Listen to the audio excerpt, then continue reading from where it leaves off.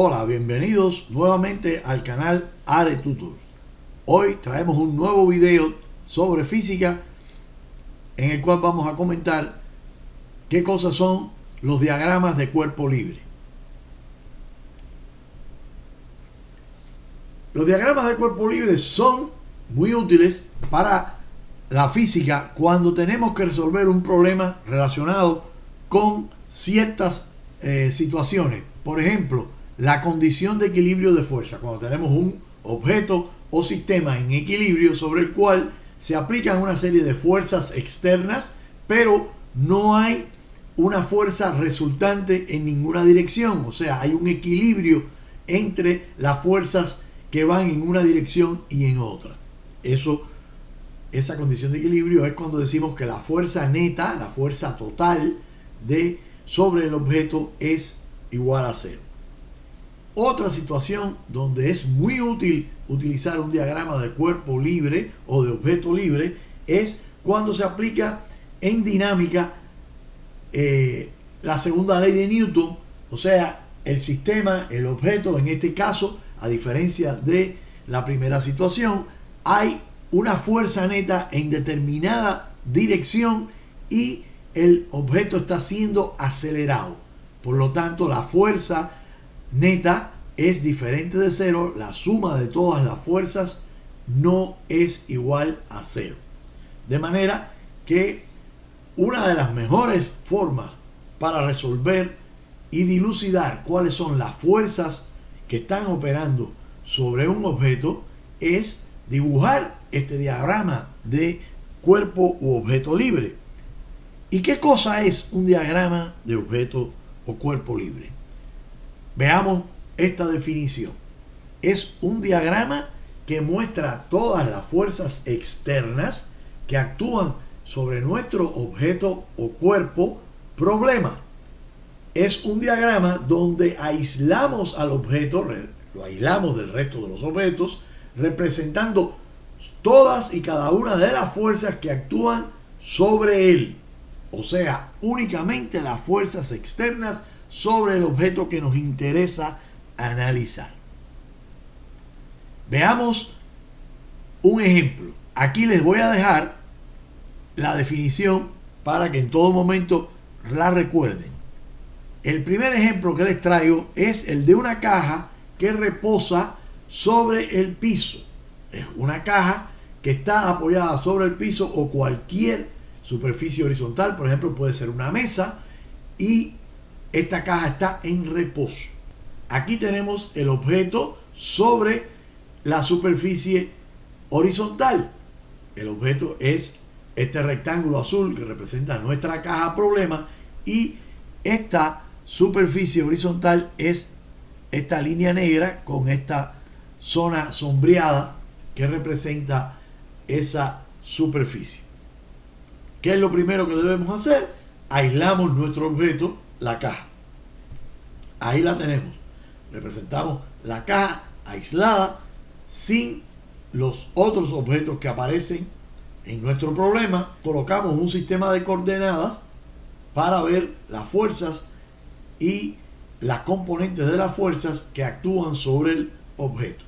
En este caso, vamos a representar esas fuerzas. Solamente tenemos el peso, que no es otra cosa que la fuerza de gravedad con que la Tierra atrae a esta caja. Recuerden, fuerza de gravedad igual al producto de la masa por la aceleración de la gravedad. Y tenemos esta otra fuerza que ya ustedes conocen, que es la fuerza normal, que en este caso, por tratarse de una superficie horizontal, es idéntica a la fuerza de gravedad, pero con el signo contrario. Recordemos que la fuerza normal no es otra cosa que la reacción que el suelo, en este caso, o cualquier superficie, devuelve al objeto que se apoya en la misma y tiene igual magnitud al peso, en este caso, y un signo contrario. De manera que si consideramos que la fuerza de gravedad es hacia abajo, la fuerza normal es hacia arriba, por lo tanto tienen el mismo valor en Newton, pero signos contrarios.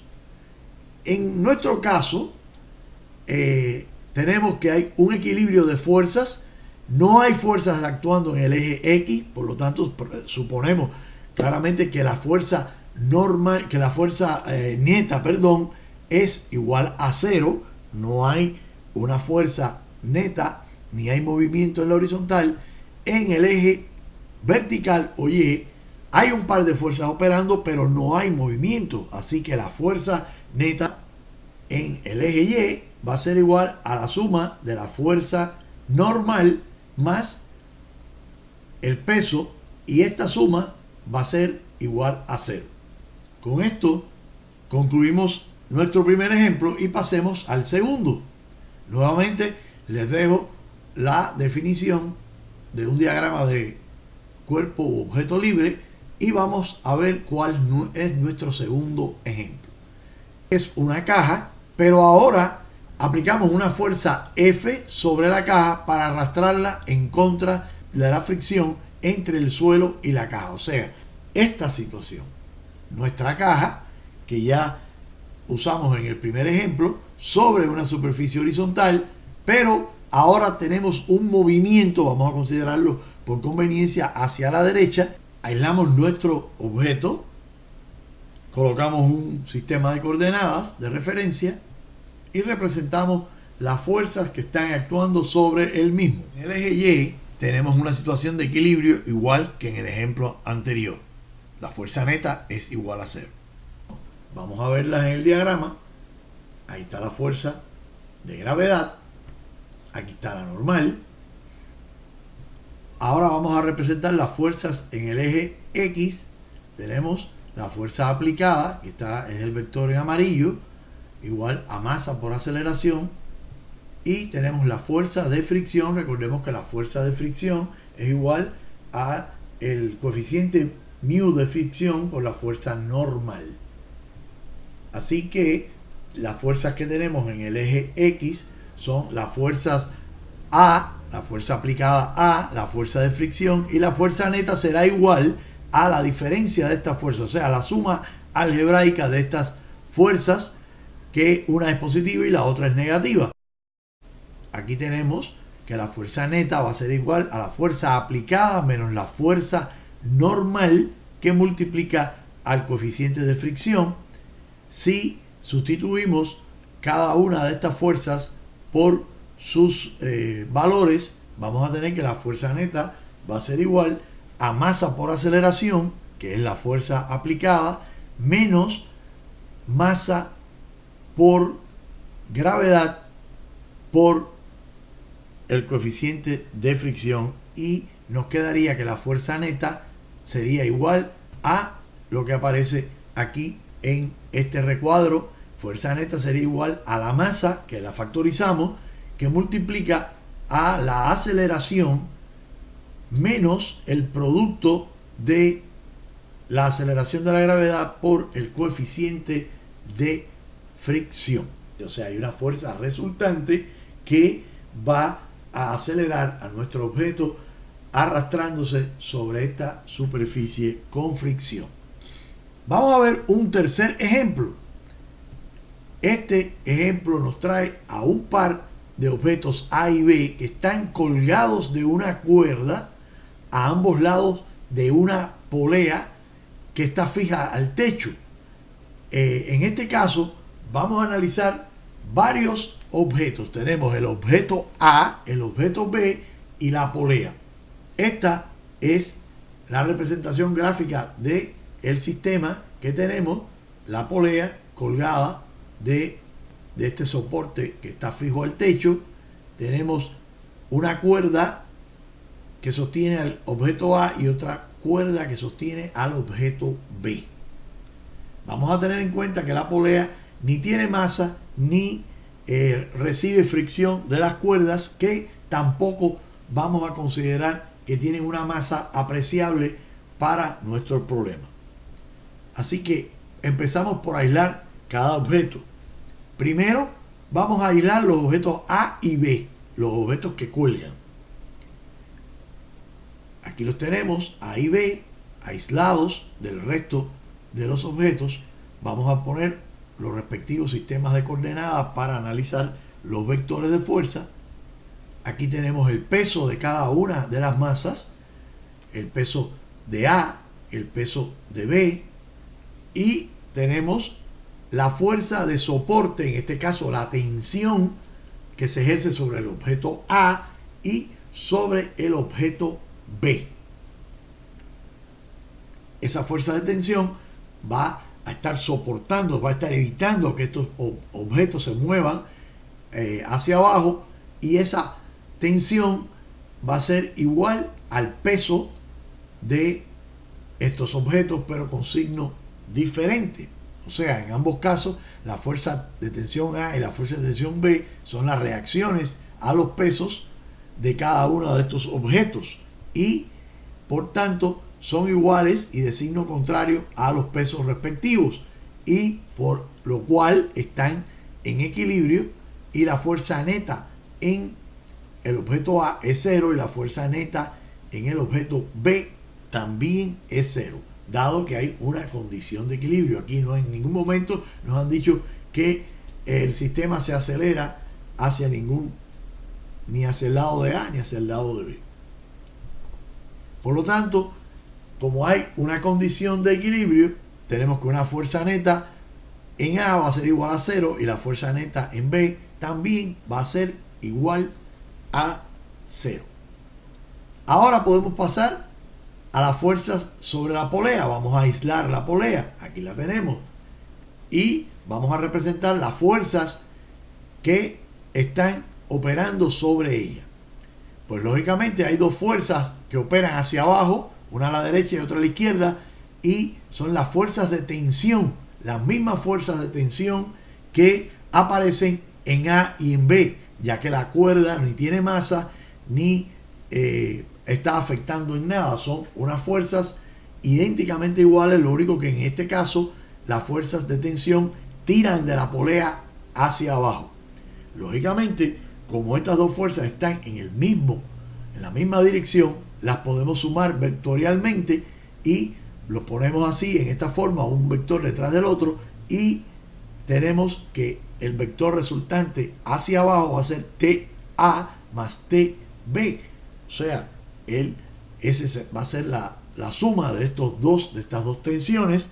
Vamos a tener una fuerza de reacción hacia arriba, y esta fuerza de reacción hacia arriba va a ser igual en magnitud, pero en dirección opuesta a la suma de las tensiones que tiran de la polea hacia abajo. Aquí las tenemos representadas por la fuerza R, y va a ser igual a menos la suma de TA más TB. La fuerza resultante, la fuerza neta, va a ser igual a la suma de estas dos fuerzas, la fuerza de resistencia hacia arriba y la fuerza de la suma de TA más TB, que va a ser igual al producto de la aceleración de la gravedad más la suma de las masas de ambos objetos. De esta manera queda explicado este tercer ejemplo de el uso práctico del diagrama de cuerpo u objeto libre. Vamos a pasar ahora a ver un cuarto y último ejemplo. En este caso tenemos dos objetos A y B. A está apoyado sobre un plano inclinado y está atado a través de una cuerda que pasa por una polea al otro cuerpo, el B, y este último cuelga de la cuerda. Ambas cuerdas y la polea no tienen ni masa ni hay fricción entre ellas. Este es el diagrama que nos presenta el ejemplo 4. Vamos a comenzar por el objeto que cuelga, que va a ser más sencillo. Acuérdense que la aplicación del diagrama de cuerpo o objeto libre se aplica a cada uno de los objetos por separado, aislándolo del resto. Representamos el objeto B y ponemos las fuerzas que operan sobre él, apoyándonos en un sistema de coordenadas como siempre.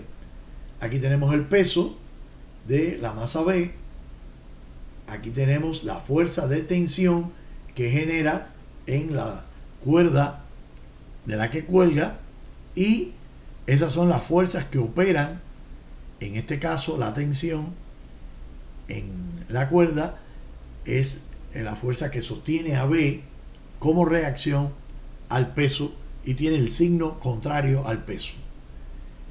Por lo tanto, en B, si hay equilibrio, tenemos que la fuerza neta en Y va a ser igual a 0.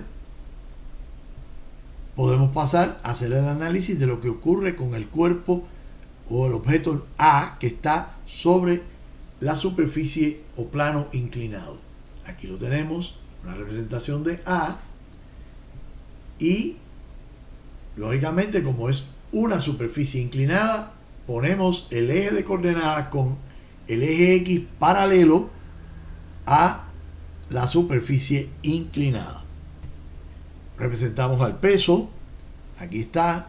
Lógicamente no es importante no olvidar que el ángulo que forma el peso con el eje vertical de nuestro sistema es igual al ángulo de inclinación de la superficie inclinada.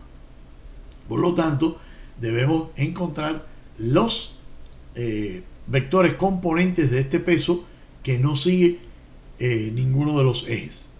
Pero antes vamos a representar la fuerza de tensión, que es la misma fuerza de tensión que sostiene al objeto B si hay una condición de equilibrio. O sea, si nuestro sistema está equilibrado y no hay movimiento. Fíjense que en la representación del ejemplo no hay ninguna indicación de que haya movimiento en ninguna dirección. Ahora veamos las componentes en Y y en X de el peso del objeto A. Aquí tenemos la componente del peso en Y, que va a ser igual a la fuerza de gravedad de A por el coseno de alfa. Claramente por el coseno de alfa, ya que este vector es el vector adyacente al ángulo alfa de este triángulo que tenemos aquí. Así que, recordando cómo se expresa la componente, esa va a ser la componente del peso en el eje Y. Lógicamente, la reacción de esa componente del peso no va a ser otra cosa que la fuerza normal, que sería igual a esta misma componente, pero con el signo cambiado, como pueden ver ustedes aquí. Ahora veamos la componente de el peso de A en el eje X, que va a representar a la fricción. Es este vector que tenemos aquí. Este vector que está aquí representa este mismo segmento que está aquí. Como lo pueden ver, es el cateto opuesto, pero lógicamente, como la fuerza de fricción también conocemos que es igual a la fuerza normal, que es esta que está acá, multiplicada por mu, en definitiva lo que tenemos es la componente en Y del peso con el signo cambiado multiplicado por el coeficiente de fricción. De tal forma podemos hacer ya el resumen del análisis de lo que pasa con el objeto A. Para el objeto A, o sea, hay equilibrio en el eje vertical, no hay desplazamiento en el eje vertical, por lo tanto la fuerza neta va a ser igual a la tensión menos la fuerza de fricción. La tensión va en sentido positivo y la fricción va en sentido negativo. De manera que si hay equilibrio, estas fuerzas van a estar equilibradas. Pero si no hay equilibrio, las fuerzas van a estar desequilibradas. Ese desequilibrio puede ser a favor de la fricción o a favor de la tensión. En el caso, por ejemplo, si tuviéramos una masa mucho más grande en B que en A, pues lógicamente este objeto tendería a deslizarse hacia abajo, tirando de la cuerda y arrastrando a el objeto va en contra de la fricción si el peso fuera lo suficientemente grande como para vencer la fricción. En definitiva, para nosotros queda explicado este caso un poco más complicado, más complejo, de cómo se puede utilizar un diagrama de cuerpo libre. Aquí hemos visto la utilidad que tiene el uso de un diagrama de cuerpo libre para resolver diferentes tipos de problemas en física. Y con esto, pues, nos despedimos, no sin antes recordarles que se suscriban al canal AleTutor y que le den un clic a me gusta.